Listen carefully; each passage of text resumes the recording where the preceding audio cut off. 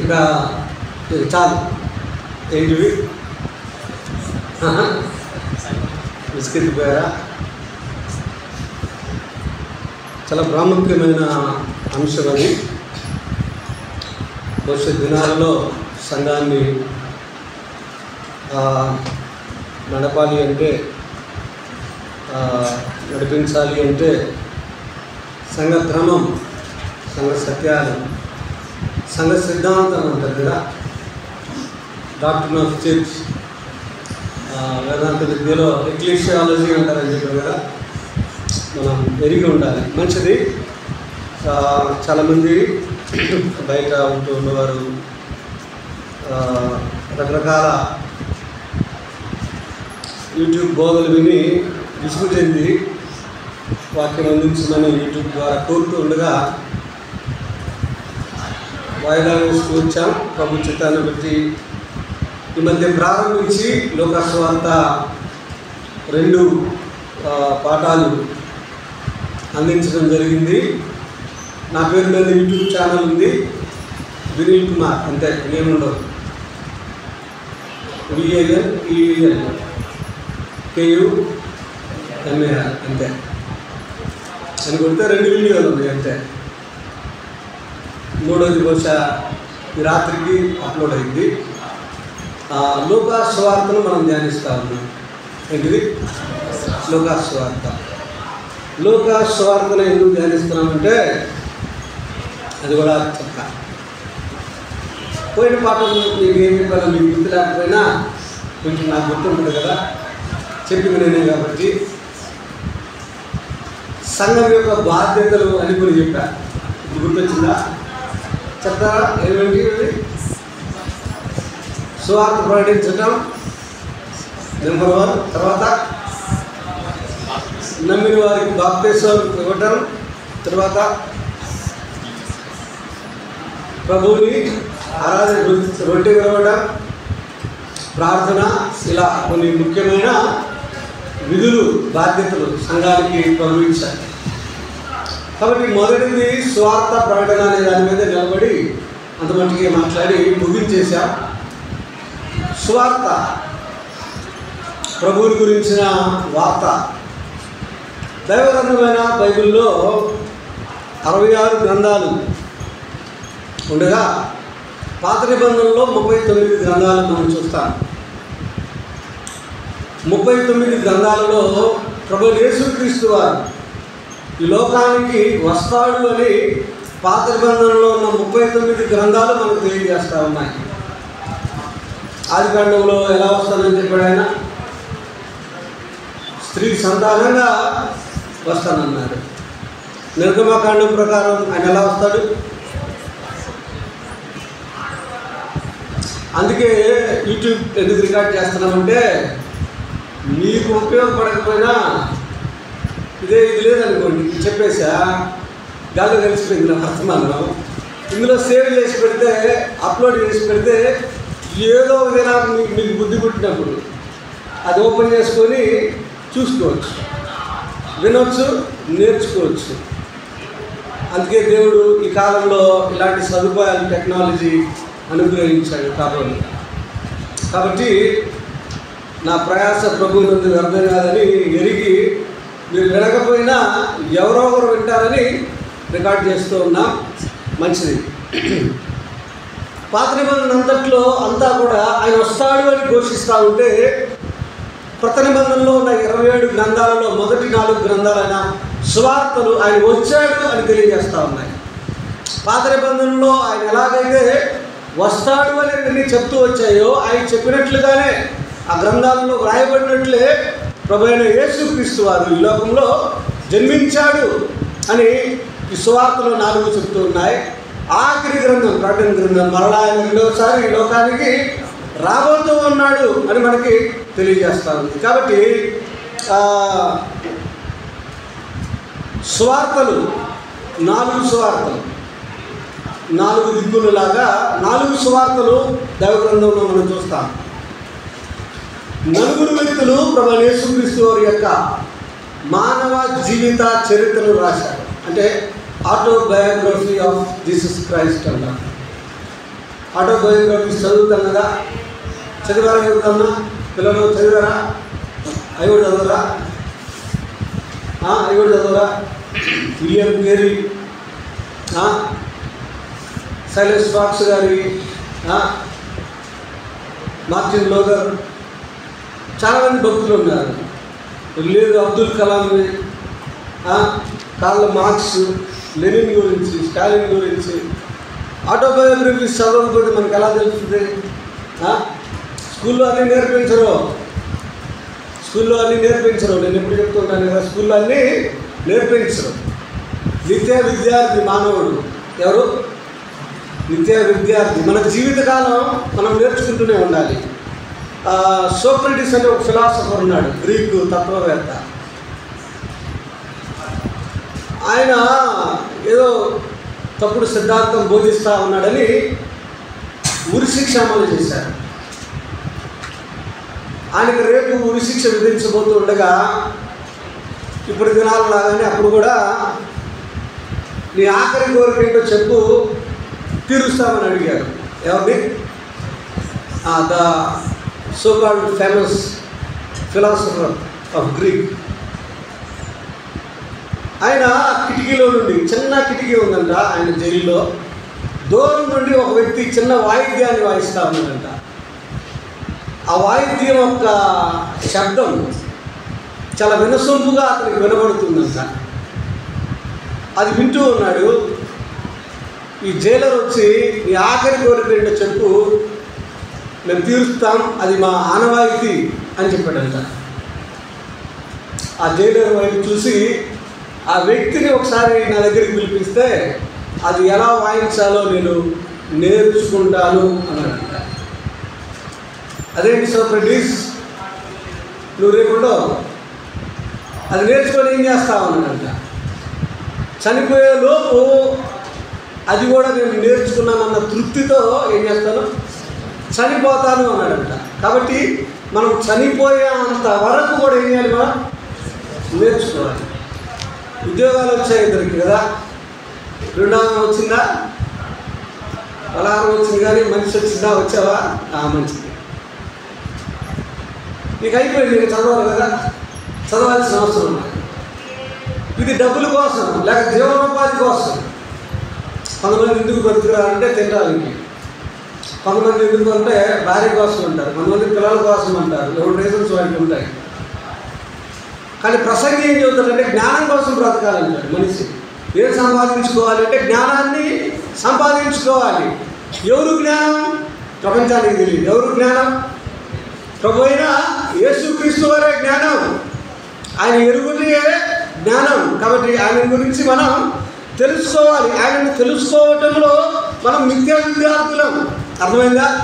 Bible పండితులు అంటూ ఎవరు లేరు. ఈ లోక సువార్త మొదటి 4 అధ్యాయాలు ఒక వీడియో చేశాను. మళ్ళీ మొదటి 4 అధ్యాయాలు చదివి నేను క్లుప్తంగా వివరించి ముగిస్తాను. చాలా చిన్న అంశమే, కొద్దిసేపే వినండి. ముందు చదువుదాం. లోక మొదటి అధ్యాయం మొదటి 4 వచనాలు. ఘనత వహించిన థియోఫిల, ఆరంభము నుండి కనులారా చూచి వాక్య సేవకులైన వారు మనకు అప్పగించిన ప్రకారం మన మధ్యను నెరవేరిన కార్యములను గురించి వివరముగా వ్రాయుటకు అనేకులు పూనుకున్నారు కనుక నీకు ఉపదేశించబడిన సంగతులు నిశ్చయముగా జరిగినవని నీవు తెలుసుకున్నటకు వాటన్నిటినీ మొదటి నుండి తరచి పరిష్కారముగా తెలుసుకుని ఉన్న నేనును నీ పేరిట వాటిని గురించి వరుసగా రచించుట యుక్తమని ఎంచితిని. మంచిది.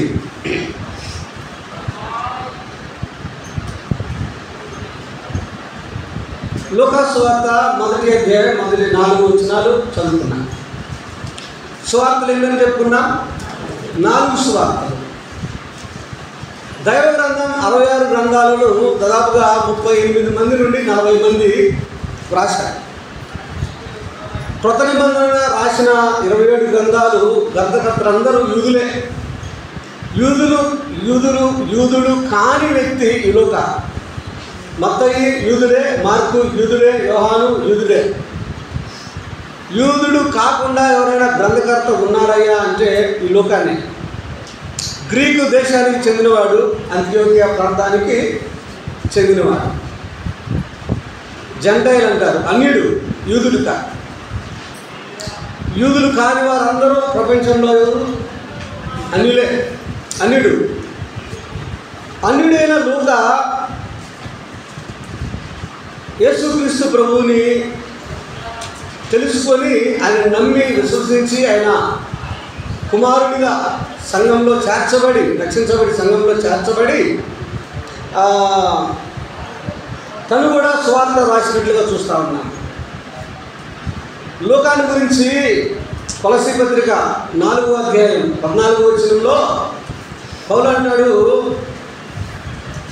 ప్రియుడు లేక ప్రియమైన వైద్యుడు అన్నాడు. ఏమన్నాడు? చదువుయా 4:14 కరెక్టే కదా? లోకాను ప్రియుడైన వైద్యుడు అన్నాడు. చాలు. లోకాను ప్రియుడైన వైద్యుడు అన్నాడు. లోక ప్రొఫెషన్ ఏంటంటే, వృత్తి ఏంటంటే వైద్యం. Is a physician, is a doctor. వృత్తిరీత్యా వైద్యుడు మాత్రమే కాదు, అతడు ప్రియమైన వాడు. పౌలుకి, సంఘానికి, విశ్వాసులకు, దేవునికి ఎవరతను? ప్రియమైన వాడు. లోకా గురించి చాలా తక్కువే అపోస్తుల కార్యంలో అక్కడక్కడ ఆ పేరు గమనిస్తాం. ఇలా పౌలు పత్రికలో ముగింపులో కొన్నిసార్లు లోకా పేరు ఉపయోగించాడు. ఇక లోకాన్ని గురించి మనకు ఎక్కువ సంగతులు తెలియవు. లోక ముగింపును మనం ఎక్కడ చూస్తామంటే, తిమోతికి పౌలు రాసిన ఆఖరి పత్రిక 2వ పత్రికలో లోక మాత్రమే నాటి ఉన్నాడు అన్నాడు. అంటే పౌలు కొన్ని దినాలలో ఇక చిరస్థాపన చేయబోతూ ఉండగా రోమా సామ్రాజ్యం అందరూ పౌలుని విడిచి వెళ్ళిపోయారు. పౌలు అంటా ఉన్నాడు తిమోతి పత్రిక రాస్తూ, లోక మాత్రమే ఉన్నాడు అన్నాడు. అంటే రక్షించబడిన నాట నుండి ఆఖరి వరకు తన సాక్ష్యాన్ని మనం గమనిస్తే నమ్మకమైన వాడు, ప్రియుడిగా ఉన్నాడు. సువార్త సేవలో పౌలుకు సహకరించినట్లుగా అపోస్తుల కార్యంలో చూస్తాం. తిమోతి 2వ పత్రికలో చూస్తే పౌలు యొక్క మరణ సమయంలో పౌలు వెన్నంటి ఉన్న వ్యక్తి లూకా. వృత్తిరీత్యా వైద్యుడు, కానీ ప్రభువుని విశ్వసించిన తర్వాత నేను మిషనరీగా పౌలుతో పాటు ఆయా స్థలాలు తిరిగి సువార్త ప్రకటించి సహకారిగా పౌలుకు నిలబడి తను కూడా యేసుక్రీస్తు ప్రభువుని ప్రకటించాలి, తెలియచేయాలి, ఆయన గురించి బోధించాలి అని ఆయన గురించిన సువార్త వ్రాయడానికి కూరుకున్నాడు. అదే లోకా సువార్త. లోకా గురించిన క్లుప్త వివరణది. ఈ లోకా సువార్త ప్రభు ఆరోహణమైన తర్వాత బహుశా 30 ఏళ్ళకు, అంటే క్రీస్తు శకం 60లో దాదాపుగా ఈ సువార్త రాశాడు. ఈ సువార్త ఎందుకు రాశాడు అంటే, మత్తయేమో యూదులు మెస్సియా కొరకు ఎదురు చూస్తూ ఉన్నారు. ఎవరి కొరకు? మెస్సియా కొరకు. పాత నిబంధన వారికి ఏం చెప్పింది? మెస్సియా మీ కొరకు జన్మిస్తాడు అని చెప్పింది. కాబట్టి ఈ నజరేయుడైన యేసే మనం నిరీక్షిస్తున్న మెస్సియా అని యూదులకు మెస్సియాగా, వారు ఎదురు చూస్తున్న యూదుల రాజుగా ప్రభువుని బయలుపరుస్తూ యూదుల కొరకై మత్తయి సువార్త రాశాడు. మార్కేమో రోమీయులకు ప్రభువు యేసుక్రీస్తుని వారిని పరిచయం చేయడానికి మార్కు సువార్త రాశాడు. యోహాను ఆయన దైవ కుమారుడు, మరియా యోసేపుల కుమారుడు కాదు. ఆయన ఎవరు? దైవ కుమారుడు. మొదటి అధ్యాయం ప్రకారం ఆయనే దేవుడు. ఇన్కార్నేషన్ ఆఫ్ వర్డ్ అంటారు. వాక్యం శరీరధారి మన మధ్య నివసించాడు, దేవుడే మానవుడిగా వచ్చాడు అని యోహాను సంఘానికి ఆయన సువార్త అందించాడు, లేక తెలియజేశాడు.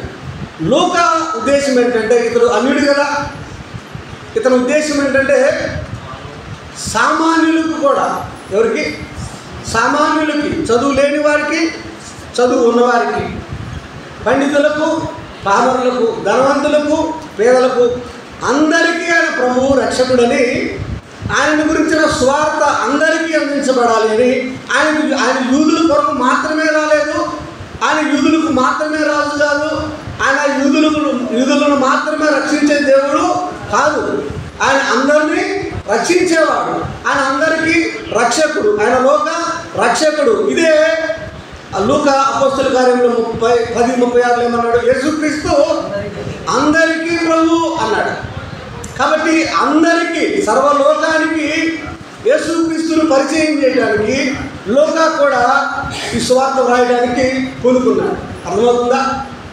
లూకా యొక్క తపన ప్రయాసం అంటే ఏంటంటే, నేను కూడా సువార్త చెప్పాలి, నా ప్రభువుని గురించి చెప్పాలి, తద్వారా అనేకులు విని ప్రభువునందు విశ్వాసం నుంచి వారు రక్షించబడాలి, పాతాళాన్ని తప్పించుకోవాలి. తన ప్రయాసని దాని కొరకై ఆయన సువార్త రాశాడు. ఎలా రాశాడు అంటే ఇది చాలా ప్రాముఖ్యమైన సంగతి పిల్లలు.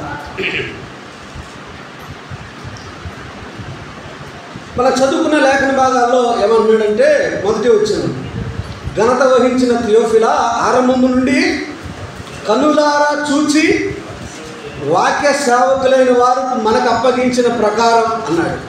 అంటే మత్తయి ప్రభువుని చూచాడు, ప్రభు శిష్యులలో ఒకడు. మార్కు కూడా ప్రభువుతో ఉన్నవాడే. మేడగది ఎవరిది?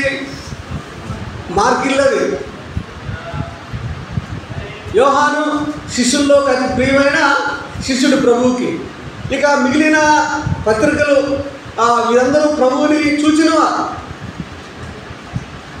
కానీ లూకా ప్రభువుని చూడలేదు. ప్రభు ఆరోహణమైన తర్వాత ప్రభువుని గురించి సువార్త అందించగా విని రక్షించబడి సంఘంలో చేర్చబడిన వ్యక్తి కాబట్టి ఇతడు తన సువార్తను ఎలాగూ రాశాడంటే, ఎవరైతే కన్నులారా ప్రభువుని చూశారో వారందరి దగ్గరికి వెళ్ళి సమాచారాన్ని క్రోడీకరించి సేకరించి సమకూర్చి దాని క్రమ పద్ధతిలో ఒక ఆర్డర్ ప్రకారం వ్రాసి ప్రజలకి అందించడానికి ప్రయత్నించాలి. అర్థమవుతుందా? ఐ విట్నెస్ అంటారు. He is not an eyewitness. కానీ మత్తయి, మార్కు, యోహాను వీళ్ళందరూ ఎవరు? Eyewitness. లూకా ఐ విట్నెస్ కాదు. లూకా ప్రభువుని చూడలేదు, కానీ చూసిన వారి ద్వారా సంగతులను ఏం చేశాడు? ఆయన సేకరించాడు. ఆ సమాచారాన్ని సేకరించడం చిన్న విషయమా? సేకరించాలి, సమాచారాన్ని సేకరించాలి. 66 గ్రంథాలలో ఉన్న ప్రభు అయిన యేసుక్రీస్తు వారిని మనం ఏం చేయాలి? సేకరించాలి. ఆదికాండంలో యేసు ప్రభు ఎక్కడ ఉన్నారంట? ఎక్సడస్. నిర్గమకాండంలో యేసు ప్రభు ఎక్కడున్నాడు అంటారు. లేవియాకాండంలో యేసు ప్రభు ఎక్కడున్నాడు అంటే, ఉన్నాడు, చూస్తే కనపడింది, వెతికితే కనపడింది, పరిశీలిస్తే కనపడింది, ఊరికే దొరకవు. అందుకే ప్రభు అన్నాడు శరీరధారికి ఉన్నప్పుడు, don't throw pearls before pigs అన్నాడు. పందులు ఎదుట ముత్యములు వేయవద్దు అన్నాడు. అటు విలువ అటుకి తెలియదు కాబట్టి అటు ముందు ఏం వేయద్దు అన్నాడు? ముత్యాలు వేయొద్దు అన్నాడు. ప్రభువుని గురించిన అవగాహన అంత తేలిక కాదు. సరే, ఇది నేను చెప్పి మీకు అర్థమవుతుంది. తర్వాత మరొక సంగతి చెప్పి నేను ముగిస్తాను. ఒక వ్యక్తి అంట, విన్నారా అలాగే కూర్చున్నారు, కనీసం మోకరించట్లేదు. నేను చూస్తున్నాను. వీటికి బాగా పని చెప్తున్నారు. మోకాళ్ళకు కూడా పని చెప్పండి, పిల్లలే కదా. ఈ పోయే రోజు ఒక రోజు వచ్చింది, అప్పుడు ఎలా వంచలేదు.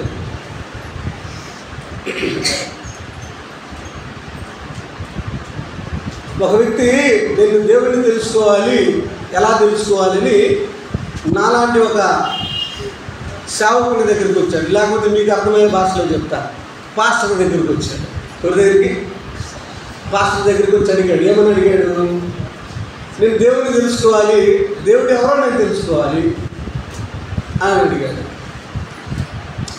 అని అన్నాడంట, అయ్యా నేను అక్కడక్కడ మీటింగ్స్లో విని ఆయన గురించి చెప్తున్నాను, నేను థియాలజీ అని కాదు, అంటే దేవుని గురించిన పాండిత్యం, థియాలజీ అనే పదాన్ని తెలుగులో ఏమంటారంటే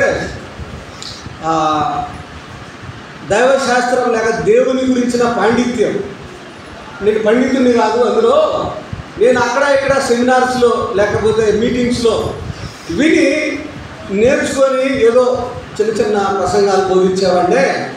నీవు దేవుని గురించి సంపూర్ణంగా తెలుసుకోవాలి అంటే మాకు సెమినార్స్ చెప్పే టీచర్స్ దగ్గరికి వెళ్ళమన్నాడు. ఆ టీచర్స్ దగ్గరికి వెళ్ళి, ఆ బోధకుల దగ్గరికి వెళ్ళి, అయ్యా నేను దేవుని గురించి తెలుసుకోవాలి, నువ్వు థియాలజీవా, పండితుడివా, దేవుని గురించి సంపూర్ణంగా తెలిసిన పండితుడివా అంటే, కాదు నేను పుస్తకాలు చదివి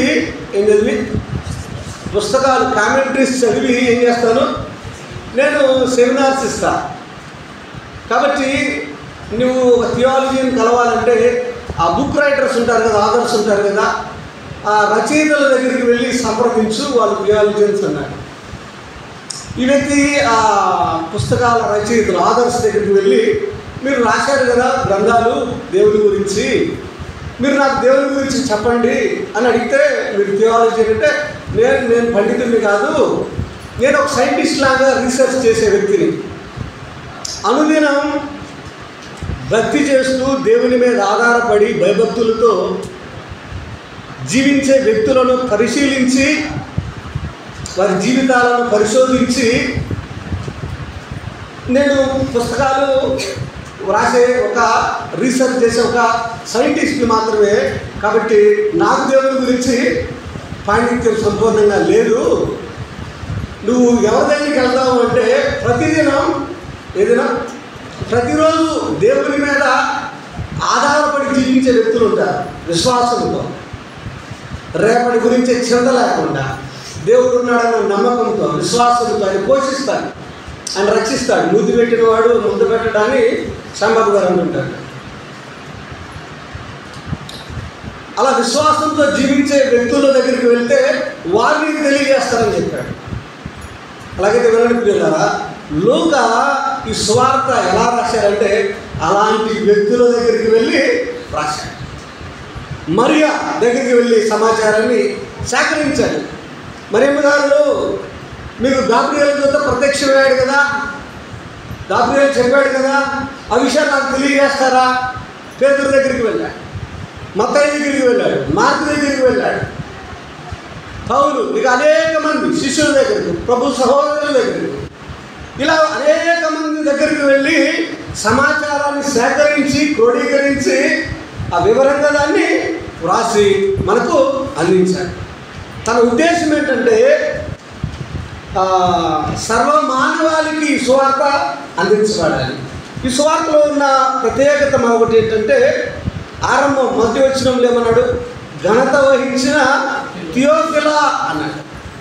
థియోఫిలా అనే ఒక వ్యక్తిని, నాకు నవ్వుతే మందిరంలో చాలా కోపమమ్మా, నేను చాలా సీరియస్గా చెప్తున్నా, better to stay at home. మీరు ఇళ్ళకాడ ఉంటుంటే చాలా ఉత్తమం. మళ్ళీ ఇదంతా ఎడిట్ చేసుకోవాలి, నేను నాకు తలనొప్పి. థియోఫిలా అనే వ్యక్తికి అంకితమిస్తూ లేక తెలియజేస్తూ ఈ గ్రంథాన్ని రాశాడు. మత్తయిలో కానీ, మార్కులో కానీ, యోహానులో కానీ ఇలాంటి పద్ధతి మనం చూడాలి. ఇదే లూకా సువార్తను రాశాడు, అలాగే అపోస్తుల కార్యాలు కూడా రాశాడు. అంటే క్రొత్త నిబంధనలో 1/4 చాలా ఎక్కువ భాగం లూకా రాశాడు. ఈ 2 గ్రంథాలు కూడా థియోఫిలాకు అంకితమిస్తూ థియోఫిలాకు రాశాడు. థియోఫిలా ఎవరు అంటే ఘనత వహించిన అనే మాట ఉపయోగించబడింది. అంటే ఆ దినాలలో రోమా సామ్రాజ్యంలో ఉన్నతమైన పదవుల్లో ఉన్న వారిని ఇలా సంబోధిస్తారు, ఘనత వహించిన అని. అపోస్తుల కార్యాల్లో మనం చూడగలం. ఇలాంటి పదాలు 2-3 సార్లు మనం అపోస్తుల కార్యాల్లో మనం చూడగలుగుతాం. కాబట్టి ఈ థియోఫిలాకి ప్రభు అయిన యేసుక్రీస్తు వారిని గురించి ముందుగానే బోధించాడు లూకా. తను కూడా విశ్వసించాడు. ఇంకా తన విశ్వాసం బలపడటానికి, తన విశ్వాసం స్థిరపడటానికి థియోఫిలాను ఉద్దేశించి ఈ సువార్త అని వ్రాశాడు. రాస్తూ ఏం చెప్తున్నాడంటే, థియోఫిలా, ఆయన కన్నులారా చూసిన వాక్య సాధకులైన వారు అనేకులు వ్రాయడానికి పూనుకున్నారు. నేను కూడా ఆ ప్రియ ప్రభువుని గురించి, ఆ రక్షకుని గురించి వ్రాయడానికి పూనుకున్నాను. ఎలా అంటే ఏం చెప్తున్నా అంటే, నీకు ఉపదేశించబడిన సంగతులు నీకు ఎప్పుడైతే ముందుగా నేను తెలియజేశానో నీకు ఉపదేశించబడిన సంగతులు నిశ్చయముగా జరిగినవని నీవు తెలుసుకున్నట్టు వాటన్నిటినీ మొదటి నుండి తరచి పరిష్కారముగా తెలుసుకొని ఉన్న నేను ఏం చేసినా మొదటి నుండి తరచి పరిష్కారముగా తెలుసుకున్నాడు అన్నాడు. ఎంత ప్రయాసం! ఎప్పుడైనా ప్రభువైన యేసుక్రీస్తుని గురించి తెలుసుకోవడానికి ఇంత ప్రయాసం పడ్డావా? లోకం మనకు నేర్పుతున్న భాగం ఇది. ఉద్యోగం కోసం ప్రయాసపడ్డారు కదమ్మా, చాలా చాలా ప్రయాసపడ్డారు. పెళ్ళిళ్ళు కూడా ప్రకటన పెట్టుకొని చదువుతున్నారు, కూడా తెలివి చదువుతున్నారు.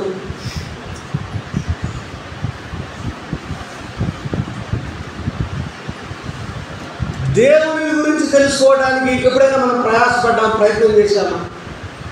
థియోఫిల రకరకాల వ్యక్తుల దగ్గరకు వెళ్ళి,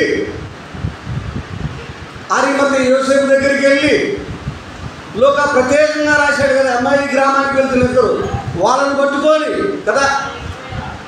లోకా సువార్త కాస్త స్వభావం ఉన్న వాళ్ళకి నేను చెప్పేది అర్థమైంది. ఎంతమంది దగ్గరికి వెళ్ళి వాళ్ళతో సమయాన్ని గడిపి వెచ్చించి వారి ద్వారా సమాచారాన్ని సేకరించి తన వృత్తి ప్రక్కన పెట్టి ఎంత ప్రయాసపడ్డాడు, ఎంత ప్రయత్నం చేశాడు. ఒకరా ఇద్దరా?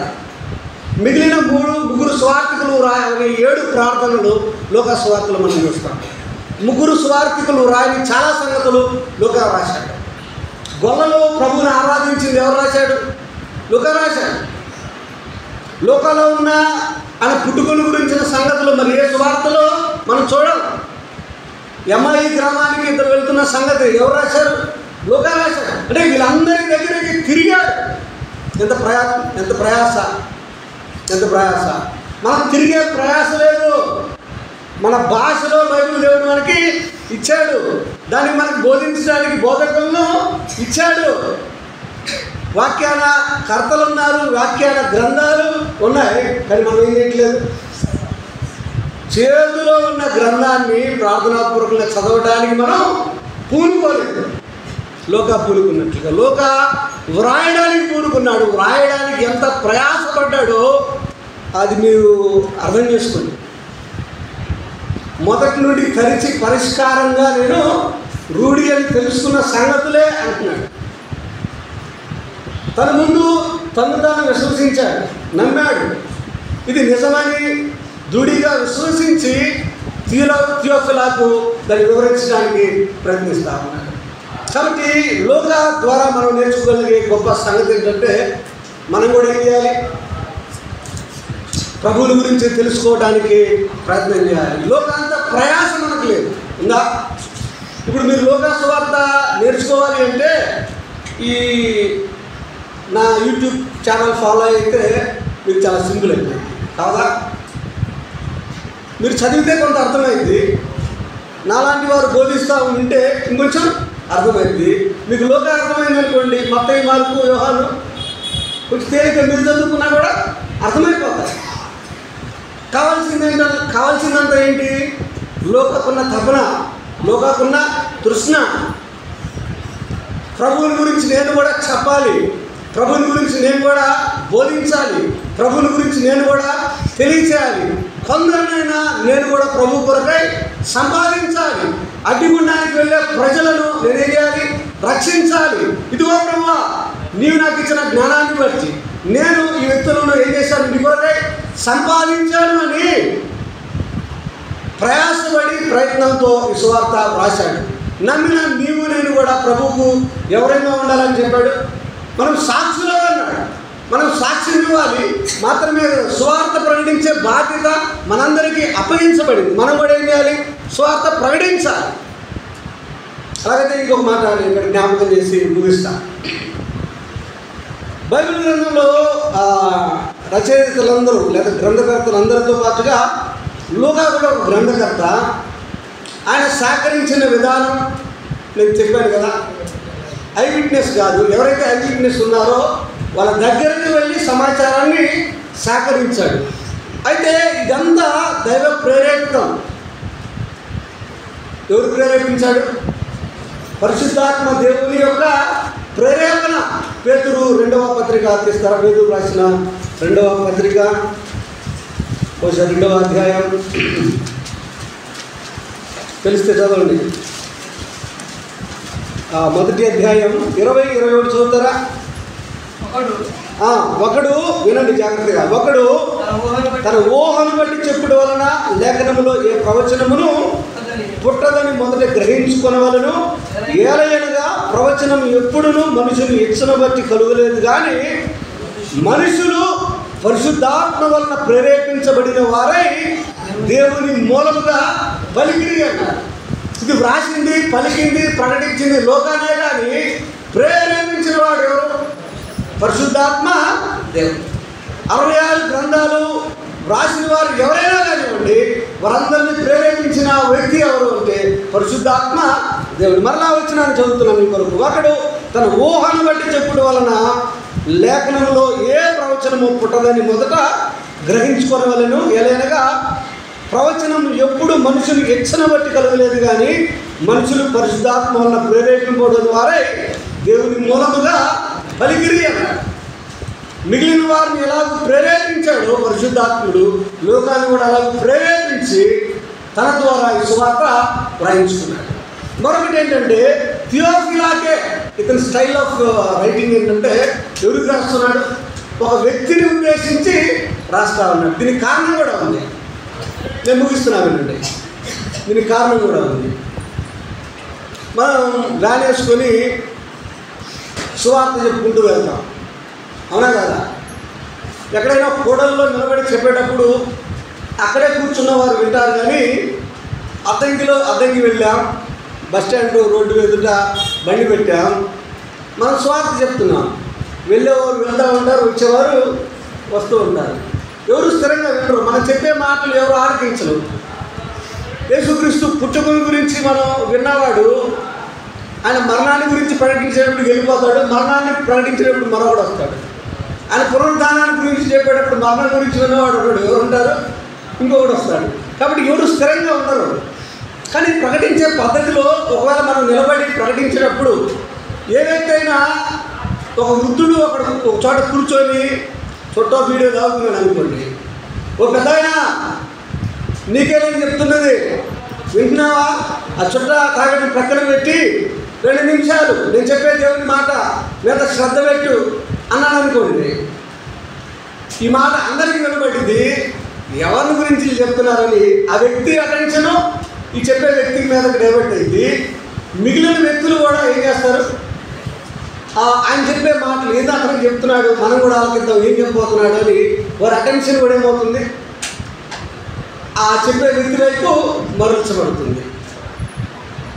ఓ 10 మంది ఒక స్థలంలో ఉన్నారు. ఒక వ్యక్తి పక్కకు వచ్చి సామ్రాట్ రా అన్నాడు. సామ్రాట్కి ఏదో చెప్తున్నాను అనుకోండి, మిగిలిన మీ అందరికీ ఏదో మనకు చెప్పకుండా సామ్రాట్కి మాత్రమే చెప్తున్నాడు. ఇది కూడా మనం కూడా తెలుసుకోవాలి, మనం కూడా ఈ సంగతి తెలియాలంటే క్యూరియాసిటీ పుట్టాలంటే ఏం చేయాలంటా? నేను మామూలుగా చెబుతూ పోతుంటే అది గాల్లో తెలిసిపోతుంది. ఇట్లానే సంవత్సరాల తరబడి చెప్తుంటే ఏమవుతుంది? కాబట్టి లోక ఎంచుకున్న పద్ధతి ఇది. రోమా సామ్రాజ్యంలో ఉన్నత స్థానంలో ఉన్నాడు థియోఫిలా కనుక ఈ సువార్త రాసి అతన్ని విశ్వాసంలో స్థిరపరిచి అతని విశ్వాసాన్ని బలపరచడం ద్వారా అతని అధికారాన్ని ఉపయోగించుకొని ఇంకా రోమా సామ్రాజ్యంలో ఉన్న అధికారులకు రోమా సామ్రాజ్యాన్ని అంతటికి వారు ఆ రోమీలు ఆ కాలంలో లోకాన్ని సర్వలోకాన్ని పాలకులుగా ఉన్నారు కాబట్టి వారి ద్వారా సర్వలోకానికి సువార్త అందించాలనేది లోక యొక్క ఉద్దేశం. ఎంత చక్కటి ఆలోచన, ఉపాయం చూడండి. స్వార్థ ప్రకటించడానికి ప్రయాసం ఒకవైపు, దాన్ని అందించడానికి అతను ఎంచుకున్న మార్గం ఒక విధం. కాబట్టి ఏదో విధంగా పౌలన్నట్లుగా ఏ విధం చేతనైనా కొందరైనా ఏం చేయాలి? ప్రభు కొరకై సంపాదించాలి అని పౌలన్నట్లుగా లోక ఏదో విధంగా ఏం చేయాలి? యేసుక్రీస్తు లోక రక్షకుడు అని తెలియజేయాలి. లోక ఆధారం చేసుకుని వచ్చిన ఏంటంటే మనం బాగా మనకు తెలిసిన వచ్చినాం 19వ అధ్యాయం లోకాసు వార్త 19:10 ఏంటిది? వేగంగా ఒళ్ళిస్తున్నావు. కంటత వాక్యం చెప్పండి.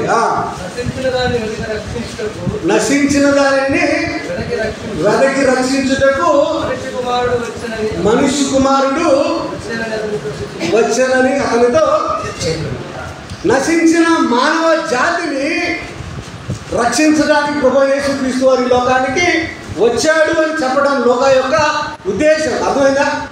లోక యొక్క ఉద్దేశం ఏంటి? నశించిన మానవ జాతి ఎలా నశించింది? ఆదామును ఒక మనుషుని ద్వారా సర్వ మానవాళి ఏమైంది? శాపగ్రస్తమైంది, శపితమైంది. ఆదాము సంతానమైన మనందరం శాపాన్ని బట్టి మరణానికి పాత్రులమయ్యాం. రోమాపత్రిక అదే చెప్పింది కదా.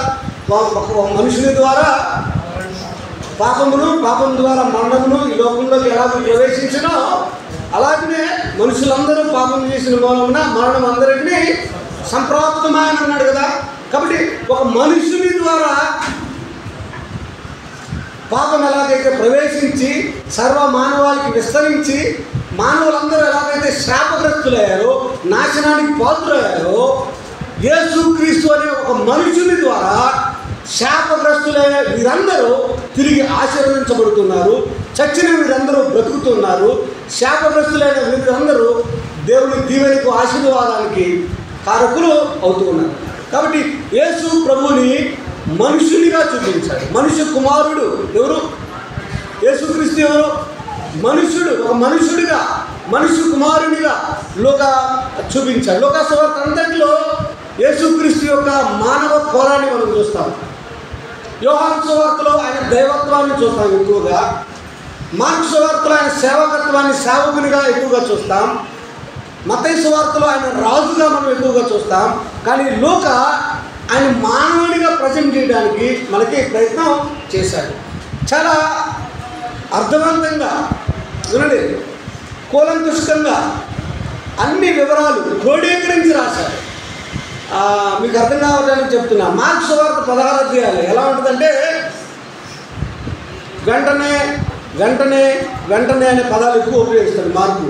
అంటే వరంగా సూపర్ ఫాస్ట్ ఎక్స్ప్రెస్ ఉంటుంది కదా, ట్రైన్ దూసుకుపోతాడు. మార్కు అలా కాదు. Theophilus we have plenty of time, మనకు చాలా సమయం ఉంది.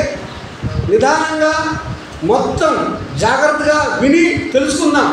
దేవుడు కూడా ఏం చెప్పాడు? ఊరికే మీరేమి ఊరికే నమ్మాల్సిన అవసరం లేదు. సమస్తాన్ని పరిశీలించి ఏం చేయమన్నాడు? మేలైన దానిని చేపట్టమన్నాడు. కాబట్టి నేను నీకు వివరంగా చెప్తా, మనకు చాలా సమయం ఉంది అంటూ మొత్తం ఆయన మానవ కోణాన్ని ఇందులో రాశాడు.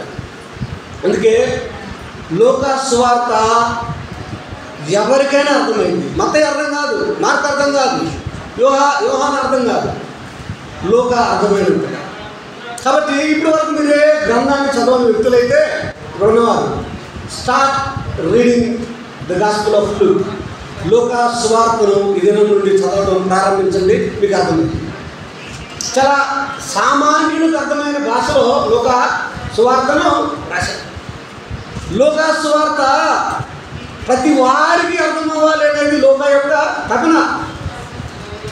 యూదులకు అర్థమయ్యే భాషలో రాస్తే యూదులకు అర్థమైంది. కానీ నేను సామాన్యుడిని, అన్యుడిని, నేను డాక్టర్ని, నాకే అర్థం కాకపోతే సామాన్యులకు ఎలా అర్థమైంది? అని సామాన్యులకు అర్థమయ్యే భాషలో తన సువార్తను అందించాడు. కాబట్టి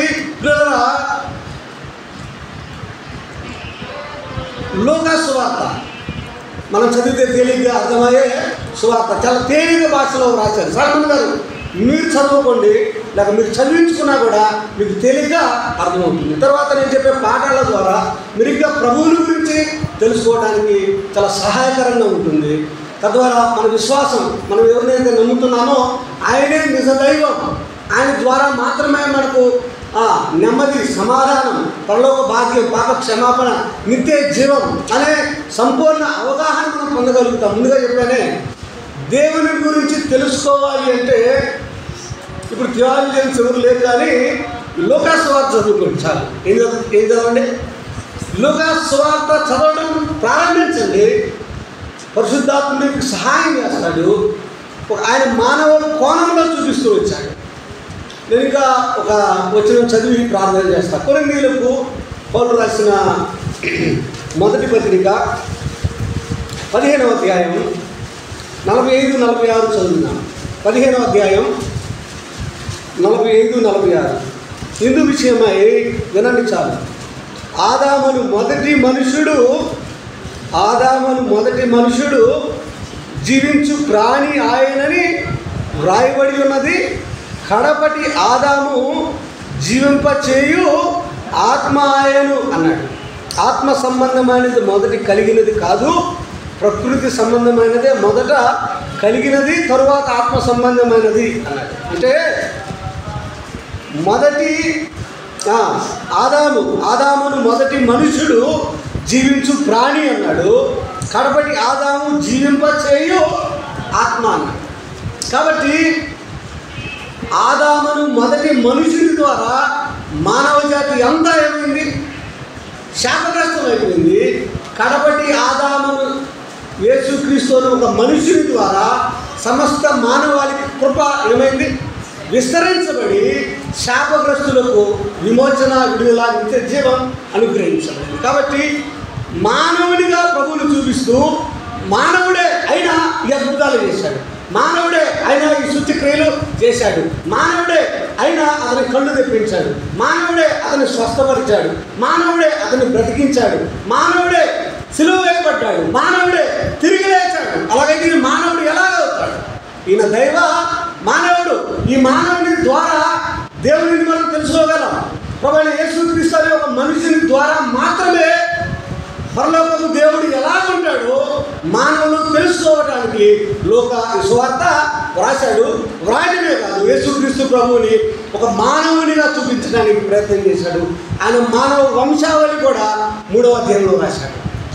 ఆదాము మొదటి మానవుడైన ఆదాము మొదలుకొని కడపటి ఆదాము అని ప్రభువైన యేసుక్రీస్తు వారి యొక్క పుట్టుక వరకు జినియాలజీ అంటాం, వంశావళి 3వ అధ్యాయంలో రాశాడు. కాబట్టి ఒక మనుషునిగా యేసు ప్రభువుని చూపిస్తూ ఈ మనుషుడు సర్వలోకానికి ఎలాగూ రక్షణ అనుగ్రహిస్తూ ఉన్నాడో, ఎలాగూ రక్షణ సిద్ధపరిచాడో తెలియజేస్తూ తద్వారా ఆ మనుషుని దగ్గరకు జీవింప చేయగలిగిన శక్తి కలిగిన ఆ మనుషుని దగ్గరకు సర్వలోకాన్ని నడిపించాలనేది తపన తాపత్రయం లోకాలు. ఎలాగైతే ఆయన పిల్లలంగా మనం రక్షించబడిన మన పితరుల ద్వారా సువార్త విని లోక వలె రక్షించబడిన మనం కూడా లోక వలె ఏం చేద్దాం?